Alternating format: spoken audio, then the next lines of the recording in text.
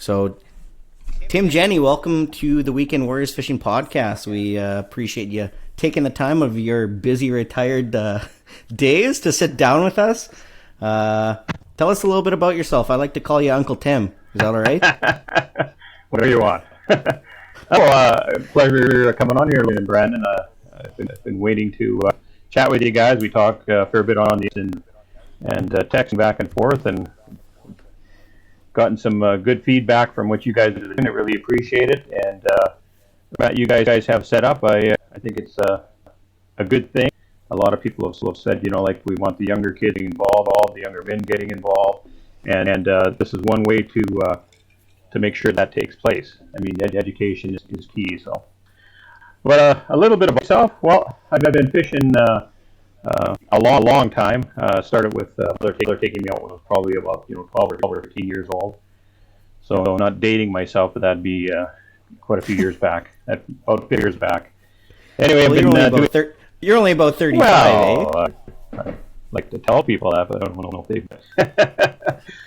No, I retired here quite a few years back, and I think just the outdoors keeps me young. I keep in shape, going out and doing a lot of exercise that way and whatnot. But been loving the outdoors and fishing, and tournament fishing probably when it first basically started up years and years back in the 30-year plus.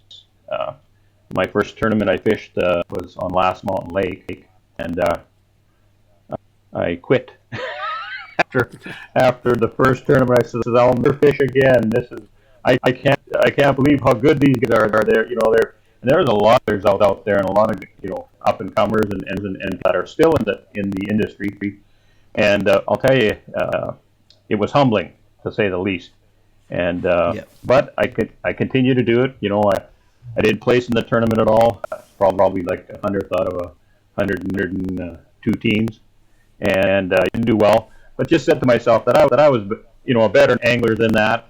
But it's growing pains, and I mean, if you don't learn and if you don't evolve with what's been taking place over the many years, you're going to have problems. So I just basically sucked it up, talked to my partner, said let's do it again, and said yeah.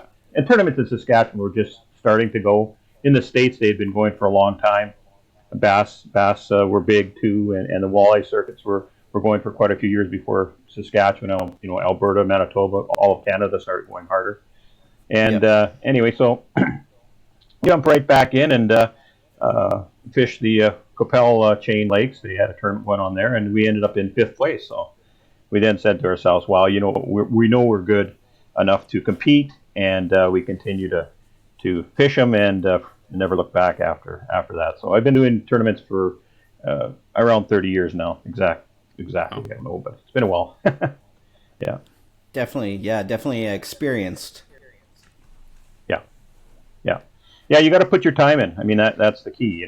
If you expect you're going to win the first tournament up, you fish, you should probably stay home and do a lot of homework and get a lot better, because it just doesn't happen overnight. It's a progression, and most guys will tell you that it takes a few years. I always say give yourself that 3 to 5 years of fish competitively, and then you'll see the progress. And that anybody that I notice coming up and comers like yourselves, if you're going to start getting into tournaments, more like you talk about it, it's going to take you a tournament or two, and you go into the next year, you've learned a little bit more. Now all of a sudden you're back in that same situation, or just keep trying. Don't give up, because I could have been up. Like I said, I told my partner I would never fish another tournament after the last Mountain Lake Classic, and then we talked about it and said, no, come on, it wasn't our fault. Our boat, we actually had a boat issue and stuff like that, and whatnot. But we just kept, and it didn't take long before we started to cash some more check and fishing right beside the best of the best. Back in the day, Don Lamont was one of the big names, and we used to compete against him. And as tournaments got bigger, more of the US guys started showing up, and we started fishing against those as well, and doing quite well. Can't come a long ways over the last few years about competitive fishermen. There's some really good guys out on the circuits now doing really well, and they're competing with the best of the best. Yeah, I think that's one of the biggest things is nowadays, you, especially the younger guys, you can figure things out so quick with the internet and whatnot. But when you actually have to put in that time, like that's something John talked about, something Lane talked about. Like the biggest thing is the time that you put in there, and you can't really make up for that anywhere else, right? Yeah, it's water. I fished with Gary Parsons many years ago. He's one of the big names in the U.S. and we talked about how do you get started? Why do you get started? These tournaments are difficult as they are, and he says, well, he's always told guys just go for it. Don't worry about where you finish the first couple times. Expect not to win them, and then just gather information and build yourself. I've watched it where guys come from, you can look at stats and say, oh boy, it didn't do very well. All of a sudden the guy's up into the 100th place, and then he's into the 50s, and then he's into the 30 spots, and then he's winning tournaments. You see that progression. So you're going to see that. My tournament I won wasn't until 19 would have been 95. The Kennedy Cup was the first win. I had many top 10 before that, and placed well, but it wasn't until you got to the point where you win the cup, and it takes a long time. It just doesn't happen.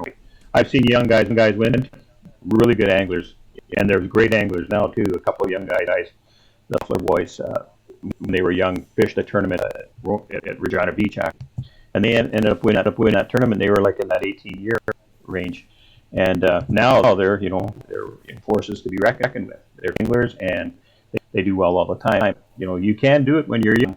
Don't be discouraged. Just go, and you'll learn so much in one tournament. That I think it would take you maybe 5 to 10 years to learn if you just went weekend anglers and going out and just kind of fooling around. You learn so much from it. It's a totally different perspective. Yeah, it's a different ball game, eh? So it's like any sport, right? You gotta, if you're on a baseball team or a hockey team or any type of that type of sport. I mean, you're putting in the practice, twice a week, and you're playing games on the weekend. It's the same thing with fishing, right? If you want a tournament angle, you got to put in the time and get out there and learn. You're not gonna learn to do by doing. Yeah. So Tim, you are what, the PK Canadian product manager, from what I understand. Yeah. Is that correct? Yeah, that's correct. Okay, so tell us a little bit. How did you get involved with PK Lures? Well, it was just by chance, actually. I was a product online one time. I was kind of cruising the internet and looking at fishing sites. I said, "Oh, what's this PK lure thing?" And I looked at it and I said, "That looks like a pretty cool spoon." So I made a call to purchase a few because there were none up in Canada at all. They just PK's actually been around a long time. Pat O'Grady was the founder and basic designer of these lures, and yeah. So Pat took it upon himself to take another big leap, and he went to some people and said, "Hey, I think this is a product that you might want to look at." And from there, it just snowballed to getting manufacturing done and the product mass produced. And we had to be sure that it was quality product, and that's what Pat pushed all the time. So they got that going, and they started selling. Now, it was a slow process, and nothing was in Canada. There was a few guys had them, but I just phoned them up and said, "Hey, I fish a lot of tournaments. I do a lot of ice fishing. I like your product. It's similar to some of the stuff I use. How do I get a hold of some?" So we said, it's so fresh. It's just coming into the States. They're just bringing their orders in now, too. Although it's been around for a long time. He used to make them in his garage, for goodness sakes, hand painted and designed. Anyway, he said, "I'll send you up a couple." So he sent me up a handful of lures just to test and try. And I went out and I caught a limited walleye the first time I went out. I said, "Wow, that's a pretty lure." So I said, "Yeah, maybe it was lucky." So I went by myself, walked the line. I know a spot down the steep bank. Went out there, and it was on last month. And I dropped the hook down there. I said, "If this isn't working, these fish can be really finicky. Ugly day." And I jiggled that Pro Chartreuse hook off of his head, and that fish up and crushed it. And in probably 20 minutes, I had a limited walleye, threw a big back, and I said, "Wow, these work." And I called him up and said, I love them, when I can buy some. And from that point, he said, "Well, I need pro staff. Would you mind doing that?" I said, "Sure, I'll pro staff for you." And then it went 2 weeks later. I'd like to sell some in Canada as well. So I just kind of said, I don't know I've never been a salesman. So I went and knocked on a doors and went to Pokey's Taco was one, and we showed him the product. And he said, looks really good, cool.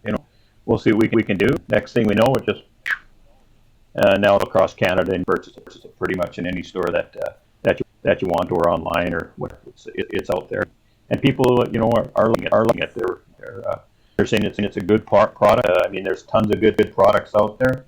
This one is unique in a lot of ways, and we find it just fish quite consistently. Yeah, and it's not. Sorry.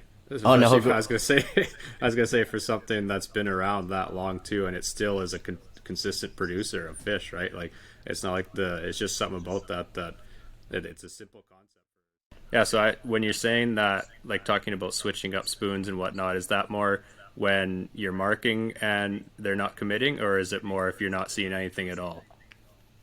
It's a little bit of both. A lot of times, if you're marking fish and they won't go, then that's when I start changing the design of the lure. I'll go from, let's say, a spoon to a rattle spoon to a flutter fish, whatever I think that might start triggering fish when they're not, active or wanting to bite. Sometimes downsizing, sometimes upsizing can be a triggering aspect. And a lot of times too, if you're working a spoon slow, and we've all noticed it, you reel up and all of a sudden, a fish shows up on your flasher, and you go, hey, where was he? Drop right back down, and you can catch that fish. They'll sit outside, 10 feet away and just watch it. And then all of a sudden, when it disappears, they're curious and they come up to see what happens, and or where that bait went, and then you drop back down on top of them and catch the fish. So it's a little bit of both. It's trial and error again, experience, just trying different colors, different shapes of the lure and designs to try and trigger these fish. And that's why I like it so much. I mean, we were out this early part of the year, and the fish were very finicky. They weren't committing very much at all. So we downsized to, we know the lake has a lot of perch in it, and we'd caught some smaller perch, and we downsized to the color of, perch, and all of a sudden, boom, it was lights out. Those fish started hitting that fire tiger and that perch design, so that they're relating to what they're feeding on, and that triggered the fish. So that's what I like about fishing. Yeah, you gotta for sure. You gotta match the hatch.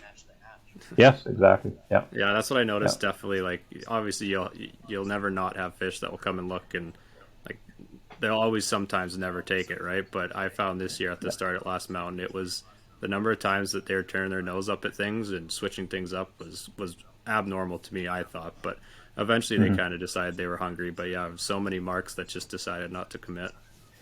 Yeah, that's a good thing they don't all bite, because there'd be none left. Yeah, exactly. Yeah. That's very true. That's part of it. I mean, that's why I enjoy it. I mean, you have to take the effort and the time to change, and it's difficult. And a lot of guys get kind of, they're not biting, let's go home. I've seen guys leave the lake, and I pick up the phone and say, hey, you left a little too early. What happened? Yeah. And it was lights out. They just literally left. I've done it in tournaments.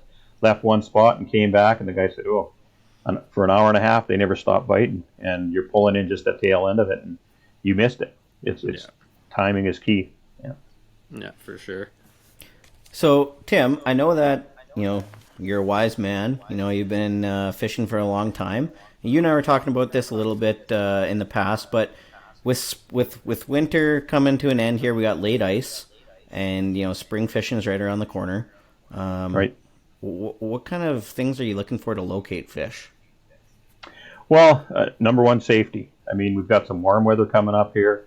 It's going to get sloppy out there. It's just watch even more probably than you ever have in any part of the season. Those breaks and heaves that were out there could let go. So caution is number one. And now I'm looking for areas where these fish are going to start to stage for their spawn. They're starting to move up. The water's becoming a little discolored. There's some oxygen going back into it. They're coming a little bit shallower. Most of the fish that we're catching now are that 17 to 23. They seem to be kind of relating to that now. There's still some guys going out a little bit deeper, but I like to keep shallow. And I'm looking for discolored water. If there's any movement at all, it draws in the oxygen and the warmth, and those fish just relate to that. They come looking for it. And they're looking to spawn. It happens a lot earlier than people realize. The fish will spawn in the 40-degree mark, and different depending on the lakes and stuff like that. And start looking for those key spots where they're starting to migrate and move up into to start their spawning. Okay.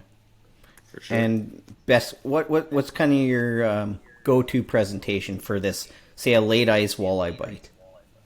I would be sticking with the flutterfish and the PK spoon. The new rattle spoon is going to be really crucial now. I think it's going to, it's the first year that we've had it. Well, we had a few out last year, but now we've got the whole lineup of them, and that'll draw the fish in too. They'll hear that little ticking sound. They come to investigate, and they say, "Oh, there's something there to eat," and it gives it that little flash, that little sound, and you tip it with a minnow head or a small minnow where you wrap it around all the three trebles, or a fisheye, and it's got a little bit of scent there and movement, and they're going to hit it. Yep. Boom. Lights out. Yep. Lights out. Any luck. We're going to find out on the weekend. Yeah. Oh, yeah. Yeah. I think it's supposed to be like plus 16 on Saturday, so they're saying. So yeah. Wear your boots. Rubber boots. Yeah. Safety and rubber boots. Those are two main things. Yeah, exactly. Yeah. All right. So I guess one of the things that I was wanting to talk to you about, do you have much maybe not input but insight into what kind of goes into production of something new? I guess not like just in fishing lures in general, or have you seen much of that? Well, actually, PK is a unique company. I don't know if you follow us at all. A lot of our stuff that we sell and use, obviously, we're going to put on our Facebook and our webpage that you can dig up. And the Facebook page is great because we'll give how-tos and you actually watch the lure itself, spinning in the water and floating in the water, or jigging in the water, flip-flopping in the water. It kind of gives you an idea of what that lure is actually capable of doing for you.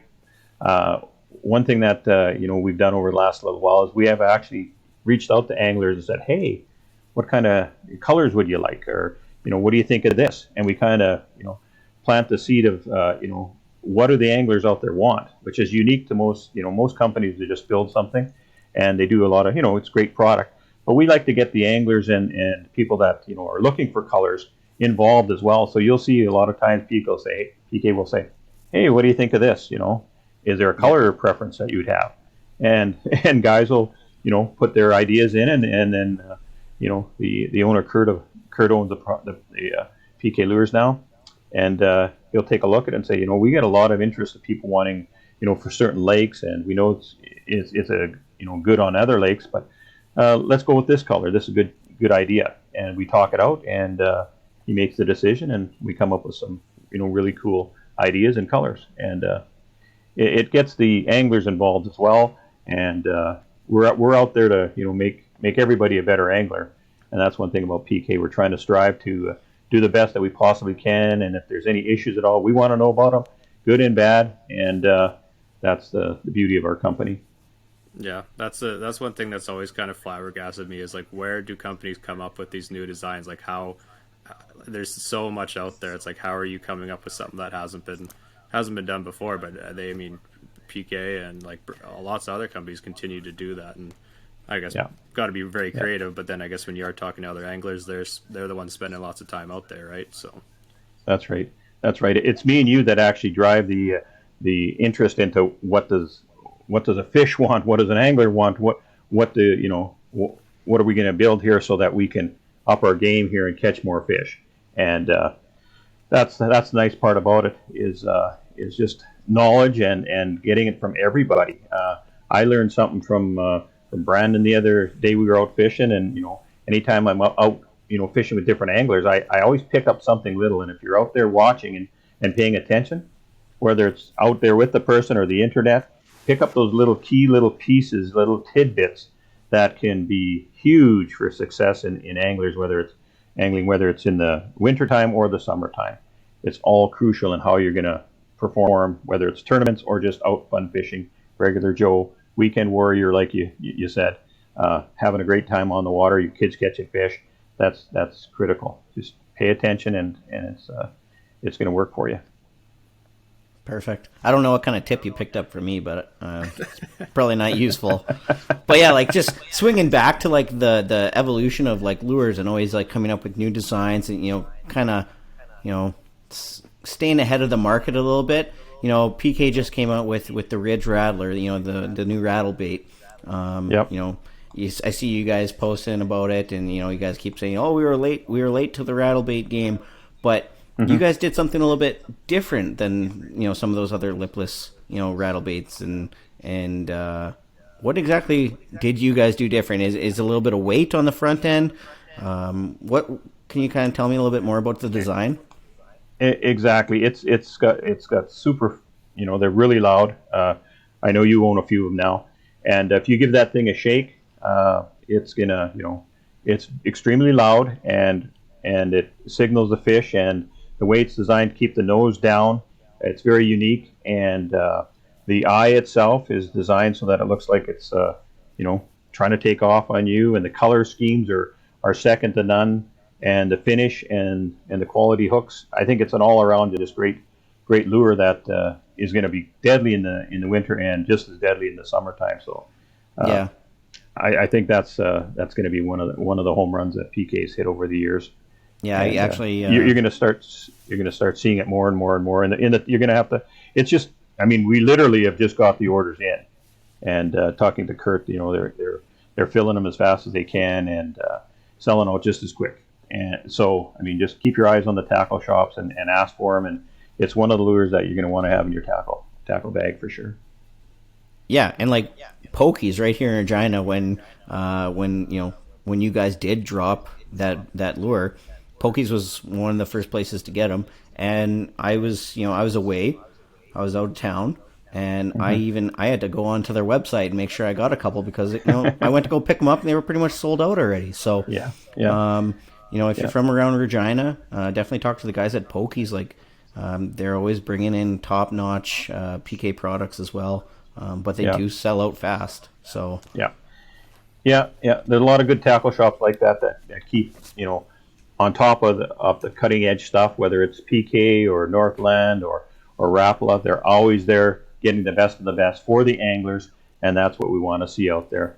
And it's a win-win for everybody. We know our product works. We know we've got good feedback from people, so we're happy with it, and we like the support, and we're happy that the anglers are doing well with it. Yeah, for sure. That's fantastic. I think when just kind of circling back to when you talked about kind of PK wanting, like what they want to do is just make you a better angler, right? Whatever way they can help. I think me and Brian were kind of wondering, is there any tips that you'd have other than, I guess, just time spent on the water? Is there any tips you'd have to improve as an angler, no matter who you are, kind of thing?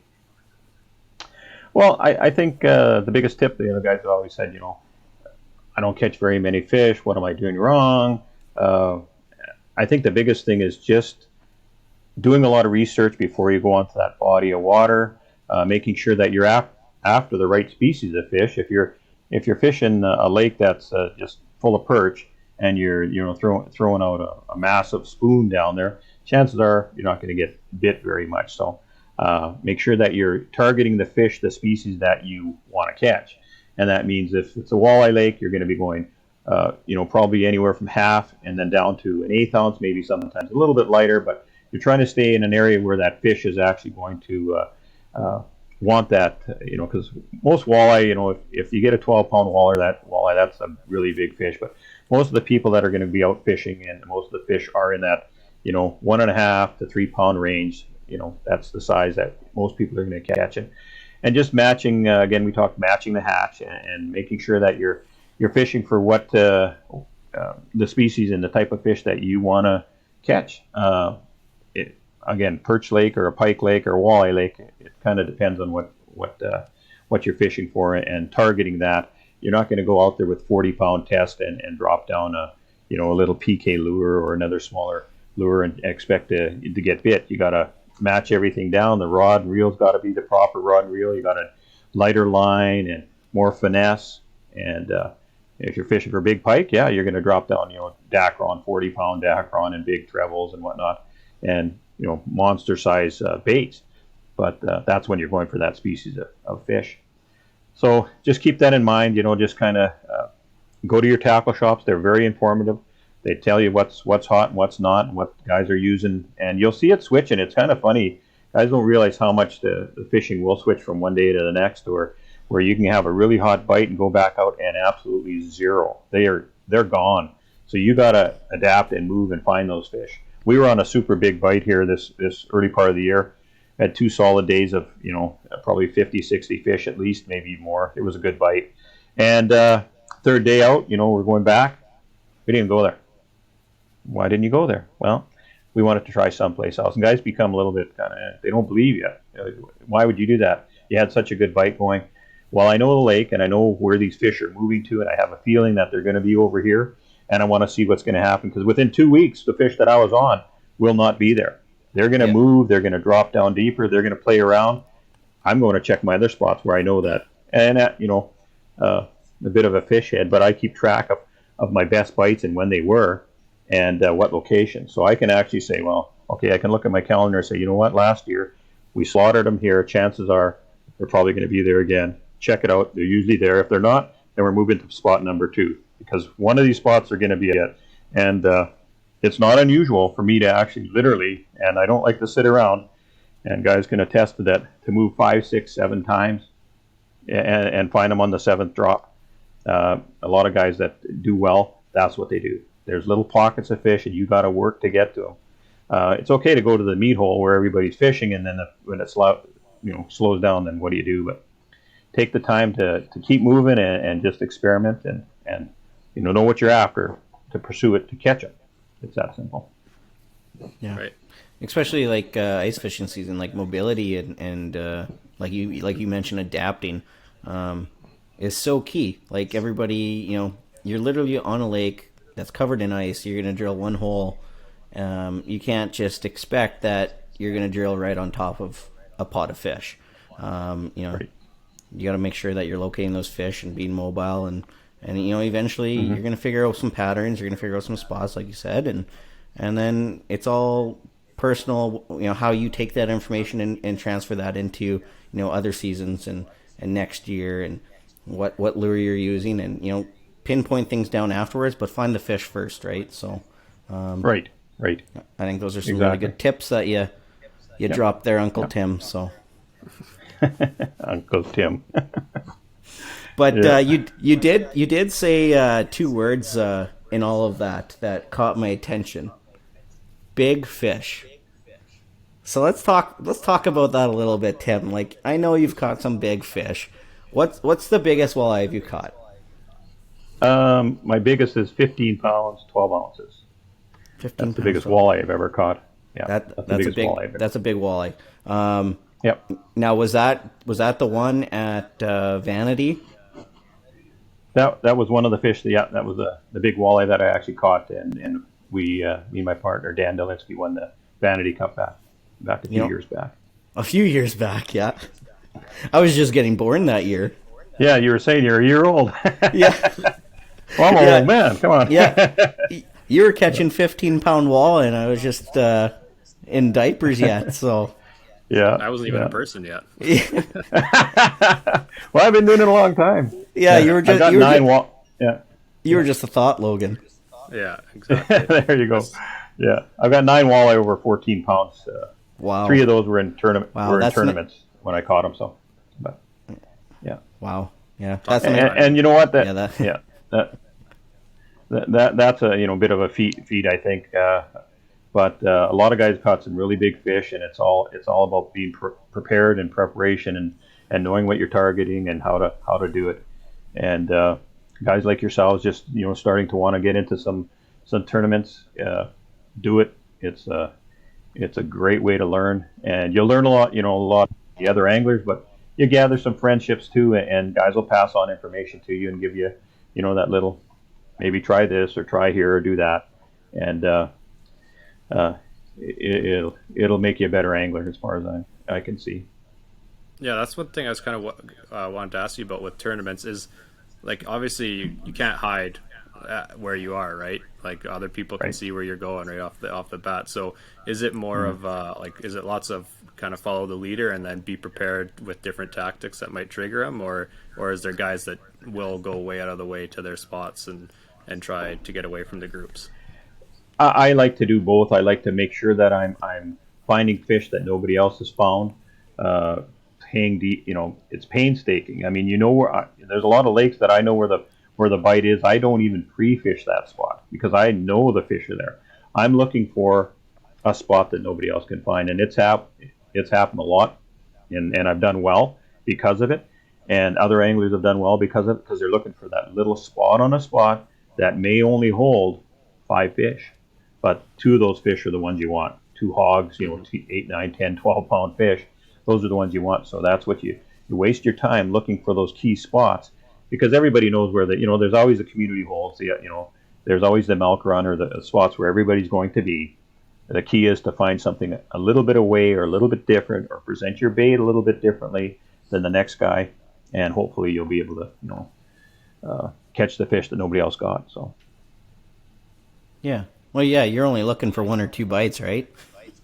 yeah, yeah.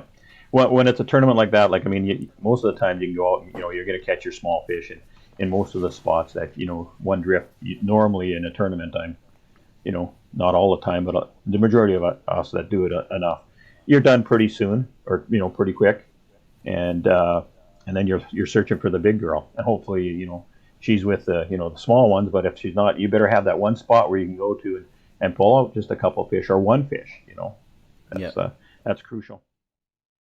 So one of the questions that I had for you, Tim, is there anything on the market that is kind of turning your head? Is there anything that's a game changer that's hitting the market, whether that be a lure, technology, anything like that?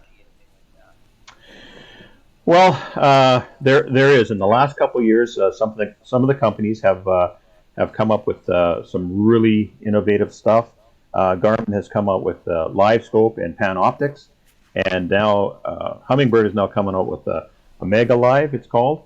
And these are basically sonars set up in such a way that you can see fish from a long distance away, whereas my flasher or my finder, I can see the fish as he comes into the cone of my area, which might only be 4 or 5 feet.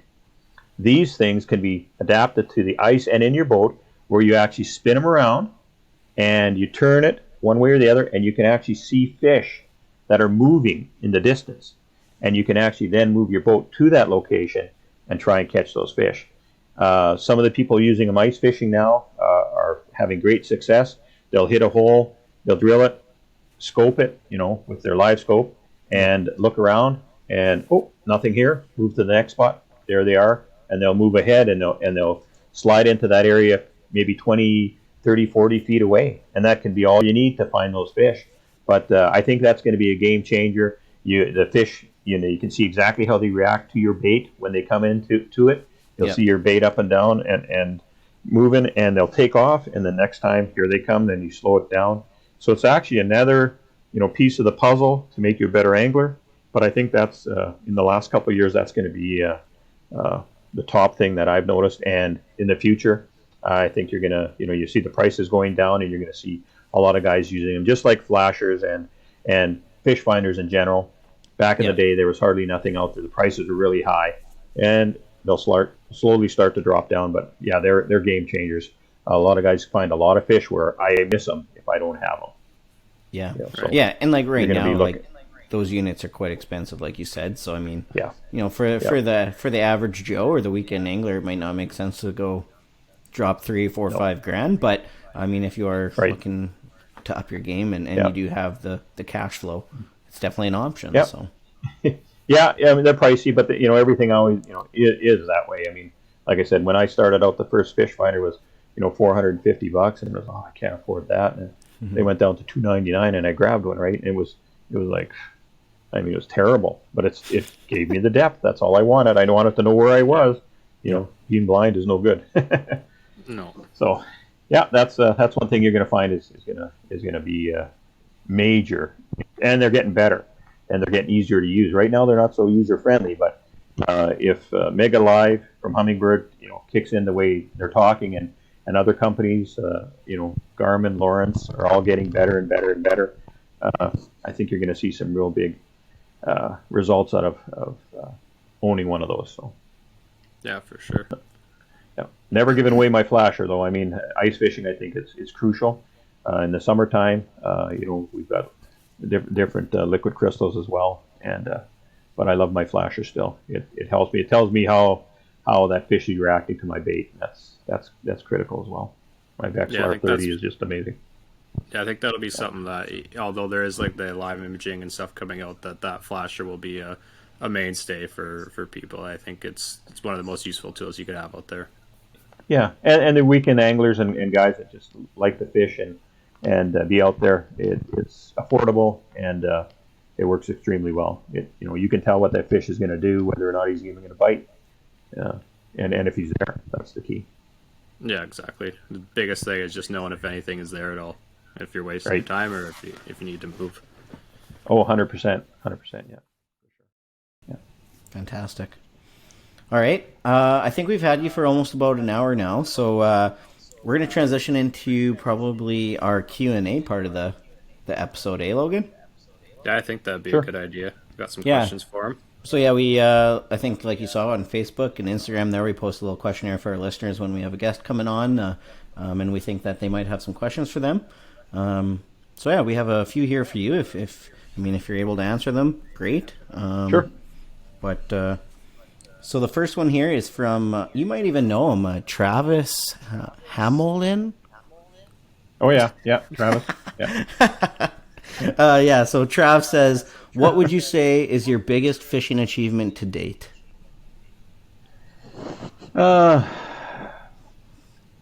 I would probably say the biggest fishing achievement I have is staying in the game as long as I have, and being positive and mentoring as many people as I can, whether it's some guy on the dock handing him a hook, some guy at the tackle shop telling him where what lake I was on, I caught some fish and what I used and stuff like that.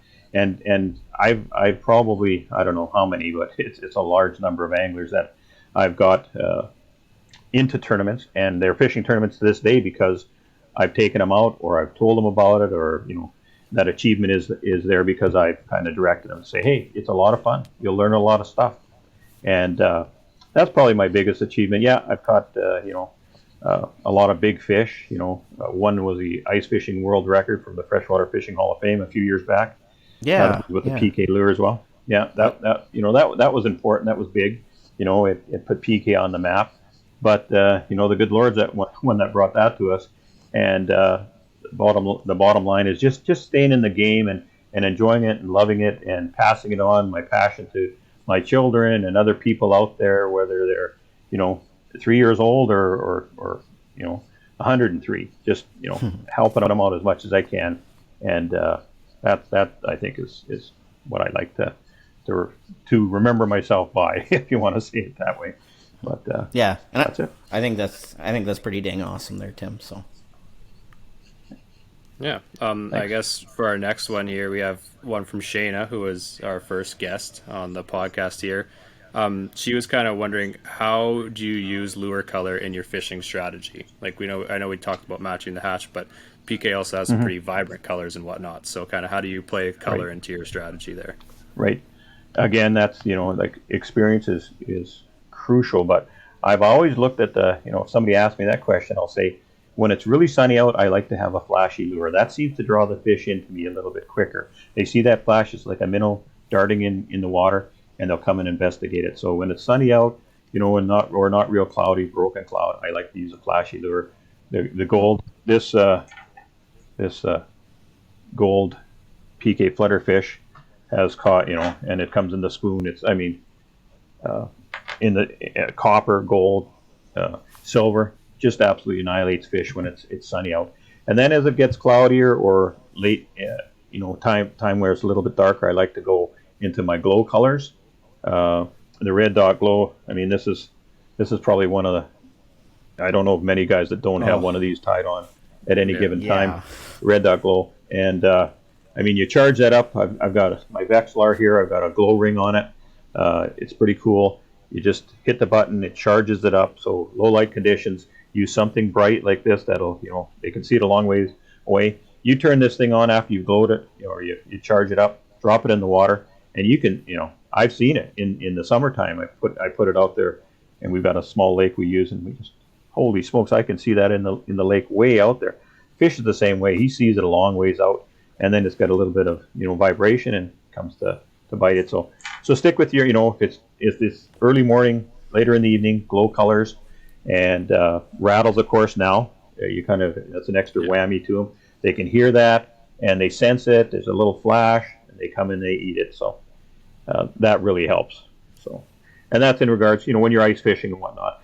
Different situations, like we talk about ice fishing, but summer, a lot of different formats and a lot of different ways to catch fish as well, and that's a little bit different, but not so much.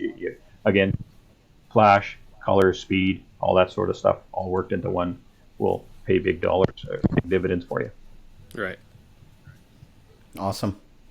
All right, our next one is from Brandon Radmacher, or I call him Big Brandon. Tim, I refer to him as Big Brandon. Okay. He says, what's your thoughts on new and young anglers wanting to join the tournament scene?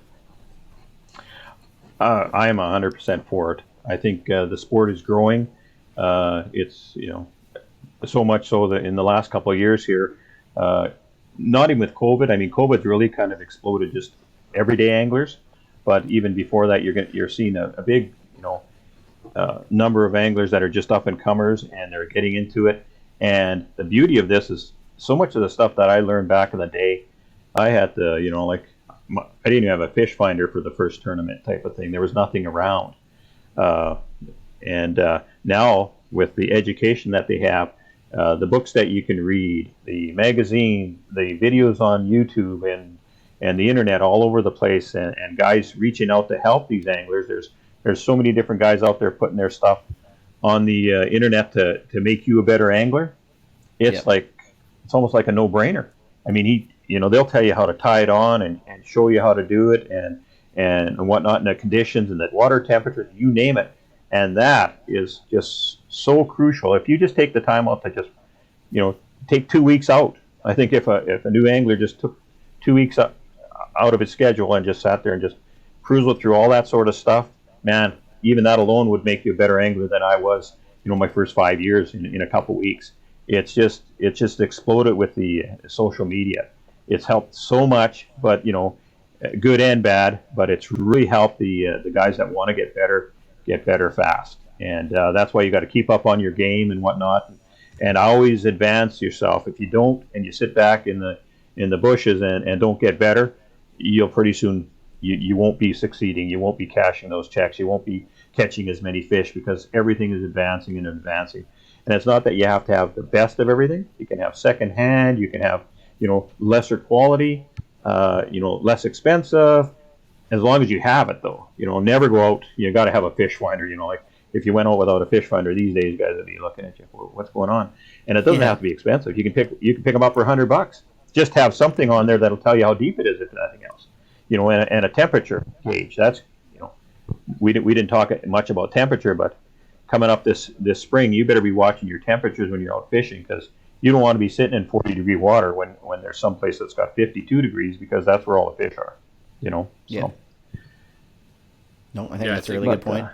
I think that's something that lots of people, especially the weekend angler kind of thing, they get stuck, like Brandon mentioned a couple episodes ago. They get stuck fishing memories, and this bottom bouncer rig worked for me. I'm going to just do that for the rest of the summer kind of thing, instead of trying new things. Yeah. And then they're out there in the springtime, and it's 40 degrees water, and they're trying to do the same thing, and it just won't. You might catch some fish, but you look for different things in the spring than you would in the summer and the fall. And then of course winter's totally different, but soft, open water is different than you would ice fishing. So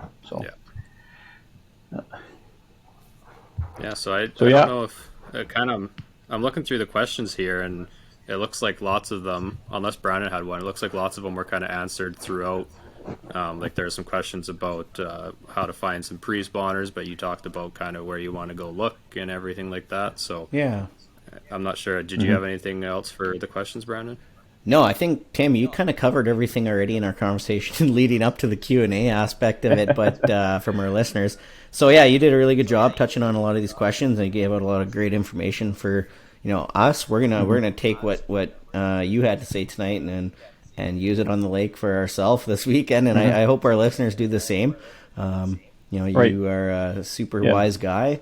You've been around the fishing industry for Thank a you. long time, Thank and what you have to say tonight was awesome. So we appreciate Yes, you much definitely appreciated. taking the time out of your night. No, that's no problem at all. We got the little bugs worked out of getting it hooked up and whatnot. I think if I can add one thing to all of it is like we touched a little bit on it, but knowledge is key. And if you're going out and you're starting to fish, we're talking, like I like the name of your podcast, Weekend Warriors, because so many guys are just getting new, into this, and it's all new to them.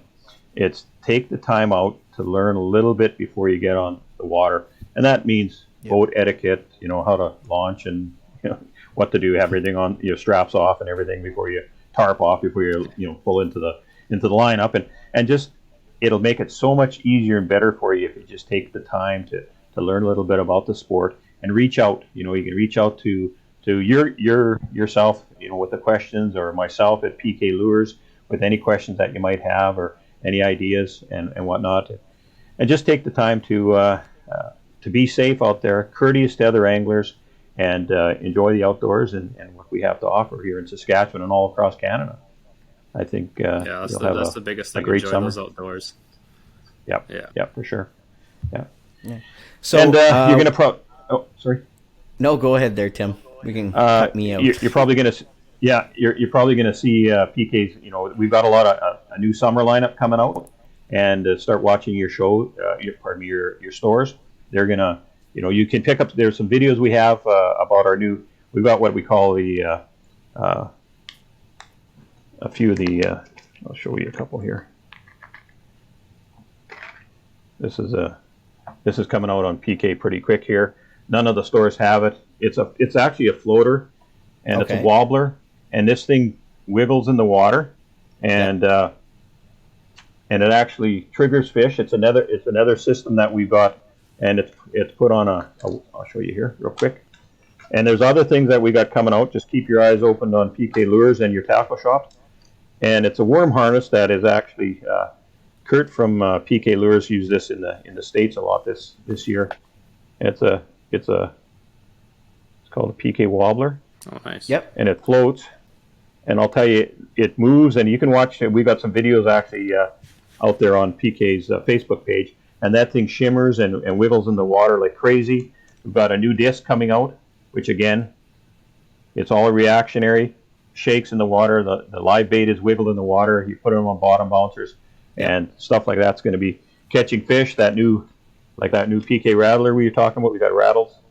Yep. And there's a whole bunch of different things out there, and this is one thing that in the springtime, not many guys get to see it, but this is that new spinach jig, the little spinner on the top. Yeah. Sometimes, when you add something just a little bit different to the guy beside you, I've had this out and outfished my partner 5-1, but it's just a little spinner blade on there, and it can make a big difference. Tip it with a leech or a worm or even a minnow, and all these different things will actually help you catch more fish when you want to beat your partner, right, Logan? Yeah, exactly.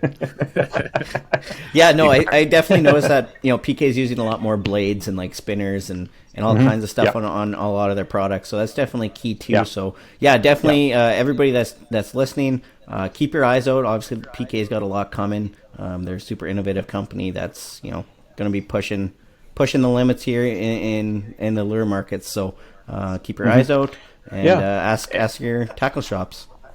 Yeah, and as crazy as it sounds, if somebody's got an idea on a color or design that they thought, hey, have you guys ever thought of this? We're open to any suggestions. I mean, we're a new company. We've been around for probably, 10 years now. But we're open to suggestions from the weekend warrior of what might work better. And Yeah, I was just gonna that's one say, thing unique about PK. Yeah.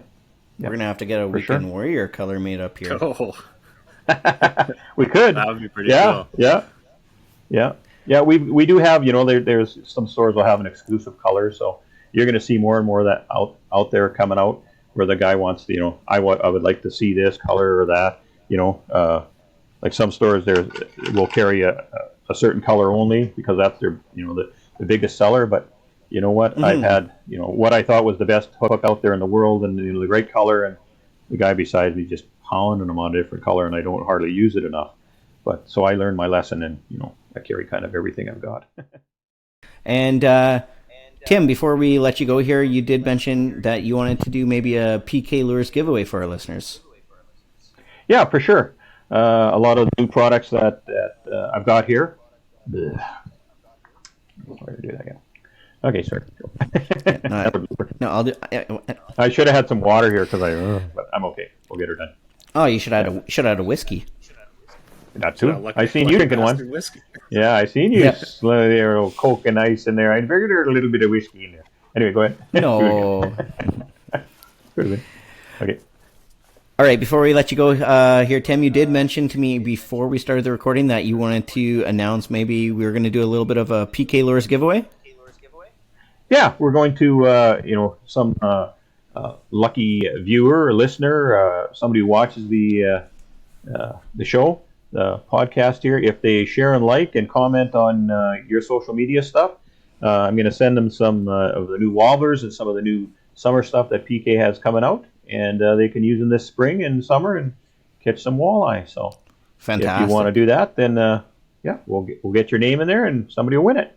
Absolutely. Yes, thank you very much. So this episode is going to drop on March 12th, 2021 for all of you listeners. So on March 12th, you can head on over to the Weekend Warriors Fishing Podcast Instagram and Facebook page to enter this PK Lures giveaway. It'll run from March 12th to March 26th, and then we will do our random selection of one lucky winner, and Tim will ship you some PK Lure products. Yeah. Absolutely. So awesome. All right. Yep. And if people want to find PK Lures or yourself online, where can they do that? Yep. Just go to pklures.com, and we've got the Facebook page as well, PK Lures, and you can find us on Instagram as well under PK Lures. And just a quick search on the old internet will pull up everything you need to find us, and you can go fishing. There you go. Yep. Sweet. And again, hope everybody.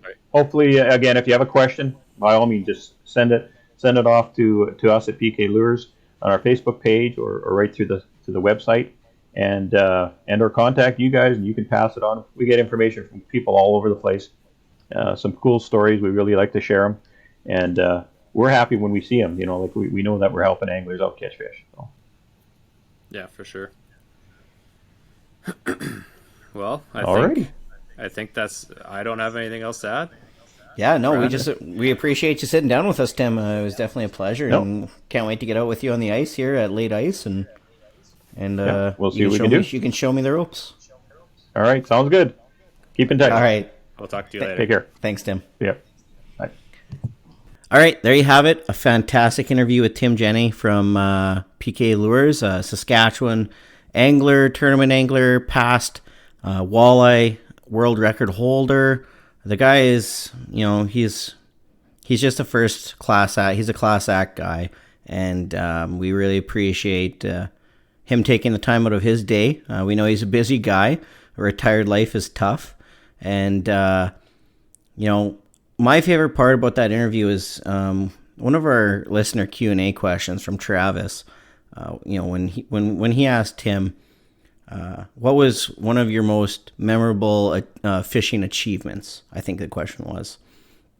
And Tim's caught a lot of big fish. He's working with one of the larger lure companies in the industry, and he's had a world record walleye. And there's a lot of big achievements there, and definitely super humbling to hear him say that his biggest achievement is just being in the game as long as he has, and helping people along the way. I'm sure he's cashed a lot of checks, but just kind of being in the game as long as you can, I guess, is really what I got out of that. Just enjoying it, embracing the outdoors, and really just taking advantage of what we have right here in our backyards in Saskatchewan. We have some awesome fisheries, and that's class act from Tim there. So he's a great guy. If you ever get the chance to run into him out on the ice, go say hi. He won't steer you away. He's gonna tell you some stories. They're gonna be some long ones, and they're gonna be good ones. Though I promise you that. You can learn a lot from him, and I know I have, and I'm just kind of getting to know him now. So. Yeah, for sure. I think that was a lot of really good information that he provided lots of listeners with, especially in a place like Saskatchewan where PK lures seem to be so popular. He really had a lot of information there for everyone listening. And thanks again, Tim, for coming on. So I guess just to kind of end the show here, want to mention that you can use our code Weekend Warriors on the 13 Fishing website for 15% off all your purchases there. So if you're looking to kind of get some gear for the end of the season here, for sure check that out. Or if you're gonna start getting geared up for open water here once the season concludes and opens up again, that'd be something that would be good to check out for sure. And then we also just want to mention that we kind of do our due diligence with the season coming to an end. That ice is gonna be getting sketchy for sure in some places. So just be careful out there and go out there, and hopefully you can partake in some March Madness. Yeah, absolutely. Thank you for tuning in, everybody. And tight lines. Thanks for tuning in to the Weekend Warriors Fishing Podcast. If you enjoyed the show, be sure to leave a review on your favorite listening platform so we can reach more anglers just like you. Find us on Facebook, Instagram, and YouTube for media updates and behind-the-scenes content.